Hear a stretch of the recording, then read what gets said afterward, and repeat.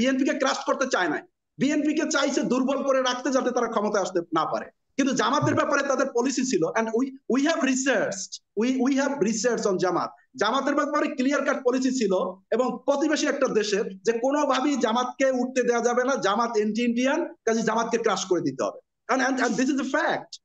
What happened in the name of so-called war crimes tribunal আমরা জানি না, এবং এটা কিন্তু একাডেমিক লিটারেচার আছে, এখন অলরেডি লেখা হয়ে গেছে যে কি ওয়ার ক্রাইমস ট্রাইব্যুনালের নামে কি হয়েছে এবং কেন তারা এটা করেছে।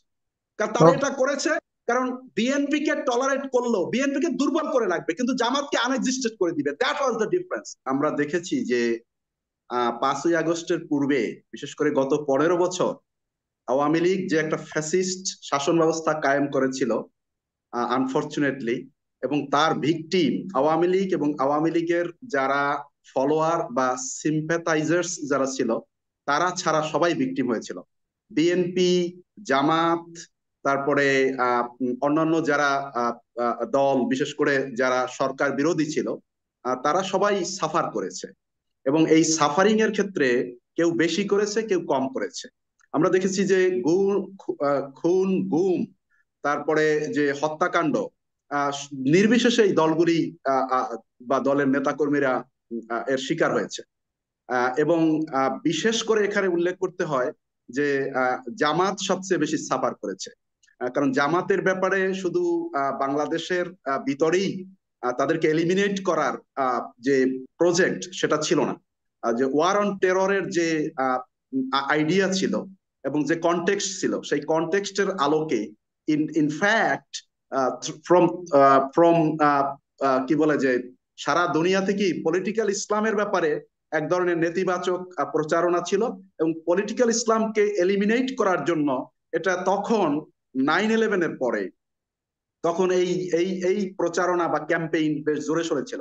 এবং সেক্ষেত্রে জামাত যেহেতু পলিটিক্যাল ইসলামের টর্চ বিয়ারার বাংলাদেশে, সেই কারণে শুধু ন্যাশনালি না, ইন্টারন্যাশনালিও জামাত এক্ষেত্রে সাফার করেছে বা তাদের প্রতি এই যে হুমকি সেটা এসেছে। তো স্বাভাবিকভাবেই জামাতের উপরে টর্চারটা বেশি হয়েছে, এটা স্বীকার করতে হবে। তো কিন্তু আমরা দেখলাম যে 5 আগস্টের পরে সেই ঐক্যটা আর থাকলো না এবং ঐক্যের জায়গাটায় সেখানে ক্ষমতা মানে দখল করার অথবা ক্ষমতায় যাওয়ার পাওয়ার স্ট্রাগলের জায়গাটায় তখন অনৈক্য তৈরি হয়ে গেল। এখন এইখানে কে দোষী, কে কম দোষী, কে বেশি দোষী, সেটা তো মানে নিক্তি দিয়ে পরিমাপ করা খুব কঠিন। কিন্তু যেটা আমরা বুঝি, এটা অন্তত বলতে পারি, বিএনপি বা জামাত তারা দায়িত্বশীল ভূমিকা পালন করতে ব্যর্থ হচ্ছে। আমরা সাধারণ মানুষ হিসেবে এটা বুঝতে পারি, কারণ আজকে তাদের যে অনৈক্য শুধু ক্ষমতায় যাওয়ার জন্য, এই অনৈক্য শুধু তাদের ক্ষতি করছে না, এই দেশের মানুষের ক্ষতি করছে, এই জাতির ক্ষতি করছে, এই রাষ্ট্রের ক্ষতি করছে। এবং এর মাধ্যমে যারা অপরাধ করেছে, হত্যাকাণ্ড করেছে, গুম খুন করেছে, আয়নাঘর করেছে এবং অন্যের ভিন্নমত পোষণ করার কারণে তাদেরকে বাড়িঘরে থাকতে দেয় নাই, নানাভাবে হয়রানি করেছে, এমনকি দুনিয়া থেকে বিদায় করে দিয়েছে। এই অপরাধ করার পরও তারপরে তারা এখন দে আর গেইনিং দ্য গ্রাউন্ড, এক ধরনের গ্রাউন্ড তারা পাচ্ছে।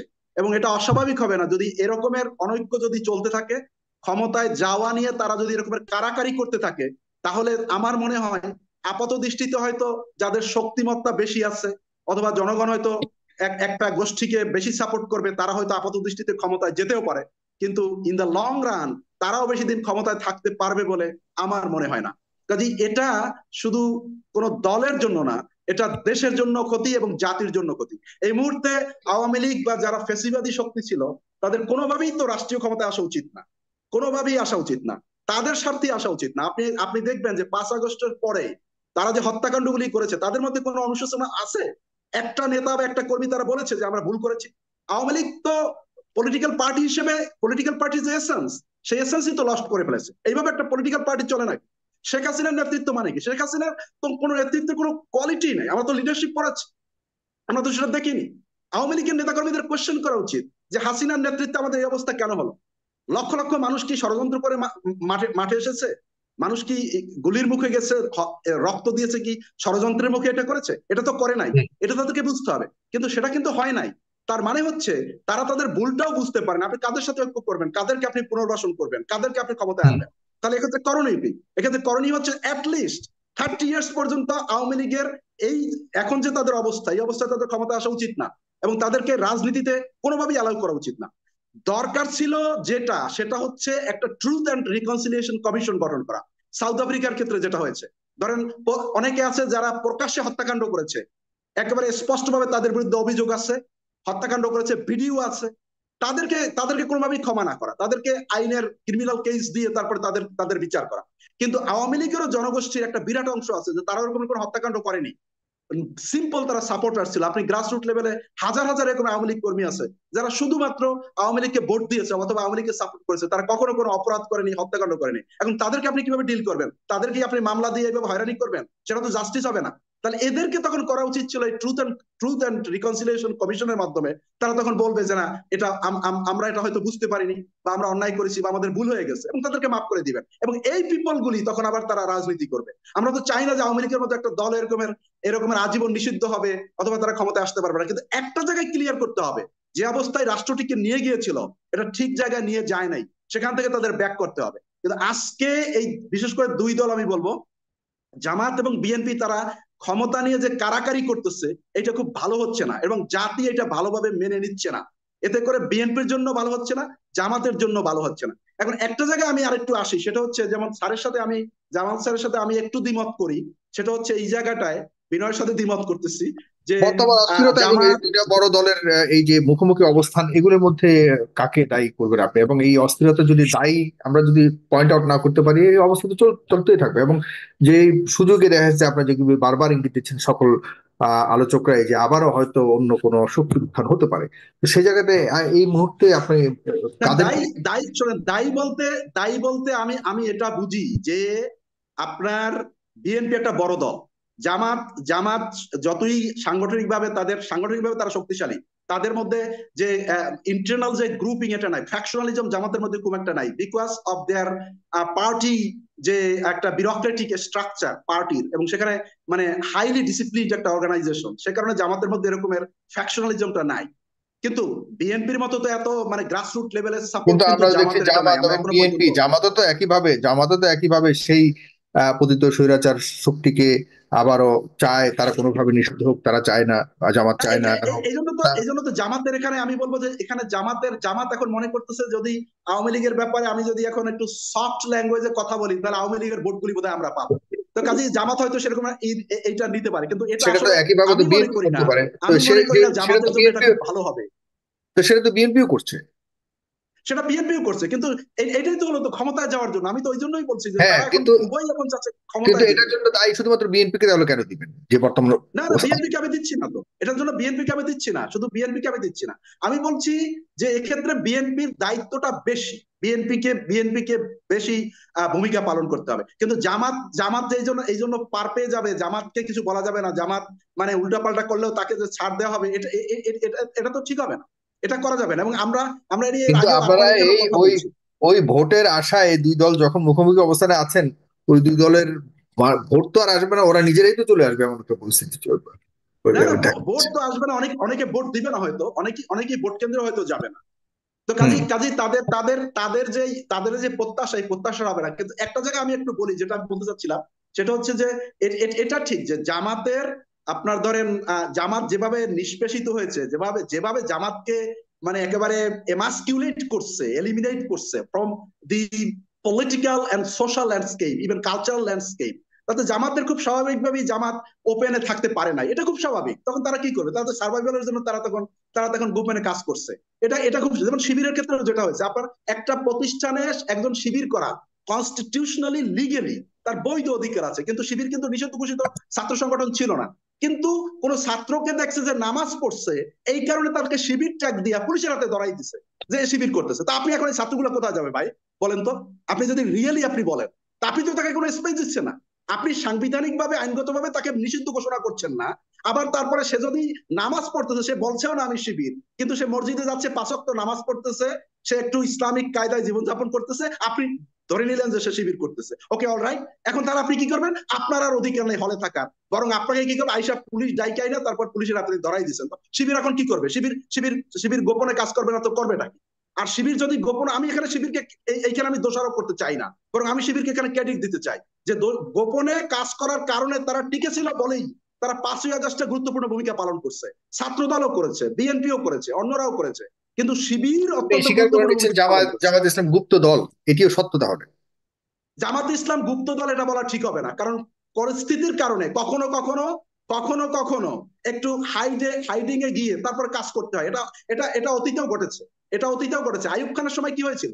আইয়ুব খানের সময় তখনও তো অনেকগুলি রাজনৈতিক দল করেছিল, নিষিদ্ধ করা ছিল না? 62-র আগে তো আইয়ুব খানের সময় কোনো রাজনৈতিক দল ছিল না। তো ওই সময় রাজনৈতিক দলগুলি কি করেছিল? আইয়ুব খানের বিরুদ্ধে যখন গণতন্ত্র প্রতিষ্ঠার জন্য আন্দোলন করলো, সামরিক শাসন অবসানের জন্য, তখন তো সব দল গোপনে গোপনে করছে, রাজনীতি করছে।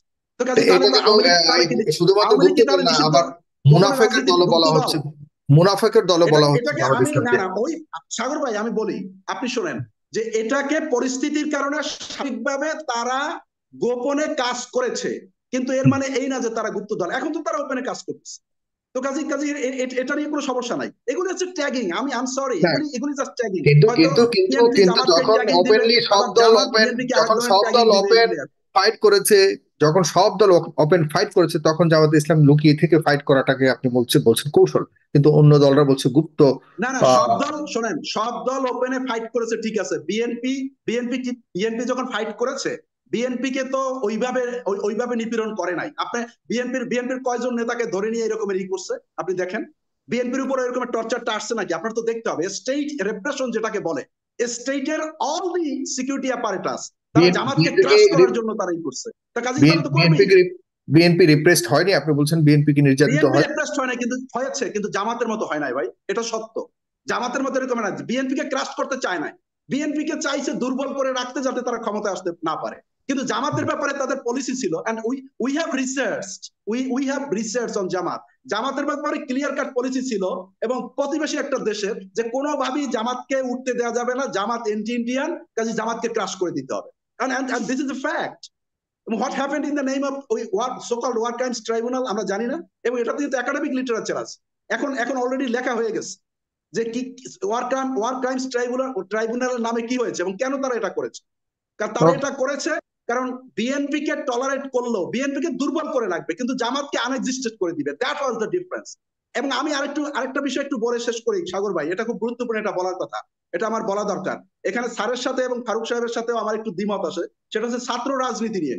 আমি পার্সোনালি ছাত্র রাজনীতি যেটা বাংলাদেশের বিশেষ করে 90-এর পর থেকে যা হয়ে আসছে, এটা কোনো ছাত্র রাজনীতি না। ছাত্র রাজনীতি, একজন ছাত্র আরেকজন ছাত্রের হাত পা ভেঙে দিতে পারে না, একজন ছাত্র আরেকজন ছাত্রকে গুলি করতে পারে না, একজন ছাত্র আরেকজন ছাত্রকে সে ক্লাসে যাবে তাকে বাধা দিতে পারে না, পরীক্ষা দিবে তাকে বাধা দিতে পারে না। আমরা যখন 90-এর দশকে ঢাকা বিশ্ববিদ্যালয়ে পড়েছি, তখন আমরাও দেখেছি, দুই দলকেই দেখেছি। আমরা যখন হলে ছিলাম, এক সময় ছাত্র দল ছিল, পরে আবার ছাত্রলীগ আসছে, দুই গ্রুপ কি আমরা অল দ্য সেম। আমি ছাত্র, আমি বিশ্ববিদ্যালয়ে পড়ালেখা করব, আমি হলে থাকবো, কোন সিটে উঠবো কোন সিটে না উঠবো অন্য ছাত্র সে নির্ধারণ করবে কেন? হল কে চালাবে? হল চালাবে হল অ্যাডমিনিস্ট্রেশন, ইউনিভার্সিটির শিক্ষকরা আছে সেখানে। ছাত্র যারা সরকারি দলের ছাত্র সংগঠন আছে তারা নিয়ন্ত্রণ করে হল, যে হলে কে সিটে উঠবে কে উঠবে না। হলে উঠতে হলে ছাত্র রাজনীতি করতে হবে, সরকারি ছাত্র সংগঠনের রাজনীতি করতে হবে। আরে ভাই, হলটা কি তাদের বাপদাদার সম্পত্তি? এটা তো তাদের বাপদাদার সম্পত্তি না, এটা হচ্ছে হল হচ্ছে ইউনিভার্সিটির। every student has the right to stay at the halls, because এই হল তাদের জন্য। এরপরে আমি ক্লাসে যাবো, আমাকে ক্লাসে যেতে দেবে না। আজকে মিছিল আছে, 10টার সময় গেট বন্ধ করে দিবে। আমরা কি করেছি? আমরা তখন বাইরে থেকে অন্য ছাত্রদেরকে বলছি, ভাই একটু তালা দিয়ে দাও যাতে, এবং আমরা ওই রঙিন কাগজ লাগাই দিছি। আমাদের হলের যে রুম ছিল, রুমের জানালাগুলি ছিল গ্লাস দেয়া, আমরা রঙিন কাগজ লাগাই দিতাম যাতে বুঝতে না পারে। অথবা অনেক সময় সকালবেলা বের হয়ে যেতাম, যে আজকে শুনছি যে মিটিং আছে, জোর করে নিয়ে যাবে মিটিং এ। তা আমরা তো পড়ালেখা করতে গেছি, আমাদের মা বাবা কি রাজনীতি করতে পাঠাইছে নাকি? আমরা লেখাপড়া করতে। আর দুনিয়ার কোথায় আপনি দেখেন, আমেরিকা, ইউরোপের, বা even Japan, south Korea, China, Hong Kong, আপনি দেখেন সিঙ্গাপুর, যে কোন দেশে এই রকমের তথাকথিত ছাত্র রাজনীতি আছে, যারা সহিংসতা করে, যারা মানুষ হত্যা করে। তো এটা কিসের ছাত্র রাজনীতি? সকল দলীয় লজির প্রতি আজকে ছাত্রদের কোনো অটোনমি আছে? ছাত্ররা বিএনপি যা বলে দেয় ওইটাই করবে, ওই ছাত্র দল এটা পালন করবে। আওয়ামী লীগ যা বলে দিত ওটা ছাত্রলীগ করতো, আবার জামাত যা বলে দেবে ওইটা ছাত্র শিবির করবে। এটা কিসের রাজনীতি? তাদের কোনো অটোনমি আছে? সংসদে বাজেট হয়, বাজেট পাস হয়ে গেছে, মানে ফিনান্স মিনিস্টারের বাজেট পাঠ করা শেষ, সাথে সাথে ওই দিনের ন্যানো সেকেন্ড ব্যানার নিয়ে দাঁড়ায় গেছে বাজেট কি দিয়া, মানে তাদের সমর্থন দিয়া, অভিনন্দন দিয়া। আচ্ছা ব্যানারটা বানাইলো কখন? তার ছাত্রদের কাজ কি? যে বাজেট দিয়েছে সেই বাজেট কি আসলে জনকল্যাণমুখী কিনা তারা রিসার্চ করবে, চিন্তা করবে, তারপরে তারা অভিমত দিবে। এটা না ছাত্ররা কারা? ছাত্ররা জুনিয়র স্কলার্স, তারা স্কলারলি তারা ভূমিকা রোল প্লে করবে। আপনি অক্সফোর্ড, ক্যামব্রিজ দেখেন, আপনি প্রিন্সটন, হার্ভার্ড, ইয়েল এই ইউনিভার্সিটিগুলি আপনি দেখেন, এমআইটি, সেখানে এরপর ছাত্র রাজনীতি আছে। ছাত্রদের ইউনিয়ন থাকবে, তারাও অ্যাক্টিভিটিস করবে, তারা অ্যাক্টিভিটিস করবে তাদের এজেন্সি দিয়া। They will not be regulated by the so called mainstream political parties, যে তাদের কোনোই নাই, অর্থাৎ মাস্তান পালে ভাই। এটাকে ছাত্র রাজনীতি বলেন না, এটা পলিটিক্যাল পার্টিগুলি তাদের মাস্তান পালে, তাদের মিছিল মিটিং, তাদের এইগুলি করার জন্য তাদের লোক দরকার। এই ছাত্রদেরকে টাকা দেয় কিছু, আর ওই টাকা দিয়ে নিজেরা চলে, আর বাকি টাকা যখন পারে না তখন ওগুলা মাস্তানি করে, ওগুলা চাঁদাবাজি করে, টেন্ডারবাজি করে, হলে ফাও খায়। আচ্ছা ভাই বলেন তো, একটা ছাত্র ফাও খাবে কেন হলে? তার তার মরালিটি ডেভেলপ করবে কি হবে? আমরা তো দেখছি তাদের রুমে, আমাদের ডাইনিং এ ভালো খাবার দিতে পারেন। আমরা জিজ্ঞেস করছি ডাইনিং এর ক্যান্টিন, ডাইনিং এর ম্যানেজারকে যে ভাই আপনি ভালো খাবার দিতে পারেন না কেন? বলে ভাই আমি খাবার দিব কেন, কিভাবে? 100 থেকে 150 ছাত্র নেতাদের রুমে প্রত্যেক দিন 3 বেলা খাবার পৌঁছে দিতে হতো। তারা এমনকি ডাইনিং রুমে গিয়ে খেত না, স্পেশাল তাদের জন্য আছে, যে প্লেট আছে, সেই প্লেটে করে রুমে ছাত্রদের নিয়ে দিত, এবং তারা 1 টাকাও দিত না। এই টাকাগুলো কোথায় উঠতো? সাধারণ ছাত্রদের মাথায় উঠতো। What is this? আপনি এটাকে ছাত্র রাজনীতি বলবেন ভাই? এই ছাত্র রাজনীতি বন্ধ করা উচিত বাংলাদেশে। আপনি আসল গোড়ায় হাত দেন। স্যার যেটা বলছেন যে মাথায় ক্যান্সার হলে, মানে ক্যান্সার হলে কি ছাত্র মাথা কেটে অবস্থানে দেবো? একটা স্যার ছাত্র এটা ক্যান্সার না। ক্যান্সার হলে তো আপনি বাঁচতে পারবেন না, আমি বাঁচতে পারবো না, কিন্তু ছাত্র রাজনীতি এমন বিষয় না যে এটা বাদ দিলে আমাদের বিরাট ক্ষতি হয়ে যাবে। আর যেটা বলা হয় যে ছাত্র রাজনীতির মাধ্যমে নেতা তৈরি হয়, কি নেতা তৈরি হয়? কি নেতা তৈরি করছি? লুক এট সিঙ্গাপুর, তাদের তো ছাত্র রাজনীতি নাই, তারা নেতা তৈরি করতে পারছে না। They are the first class leaders, highly qualified, highly educated. They are graduated from Yale, Princeton, Harvard, Oxford, Cambridge, and other world famous universities, world class universities. তারা তো অ্যাডমিনিস্ট্রেশন চালাচ্ছে, দে আর ডুইং পলিটিক্স। আর আমাদের এখানে কি করতেছে? এটা কিসের ছাত্র রাজনীতি? এটা বন্ধ করা দরকার। আপনি যদি চাঁদাবাজি, মাস্তানি, ক্যাম্পাসে সহিংসতা, আজকে ছাত্রদল করছে, কালকে শিবির করবে, পরশুদিন ছাত্রলীগ করবে, পরশুদিন যে আমাদের ফারুক হাসান ভাই যেটা বললেন যে তারা করেন না, ওনাকে অভিনন্দন দেয়, কিন্তু তারা ওই অবস্থানে এখন নাই। তারা যদি এরকমের প্রভাবশালী ডমিনেন্ট অর্গানাইজেশন হয়ে ওঠেন, তখন দেখা যাবে, বোঝা যাবে যে তারা আসলে কতটা এটা করতে পারেন। এটা বাস্তবতা।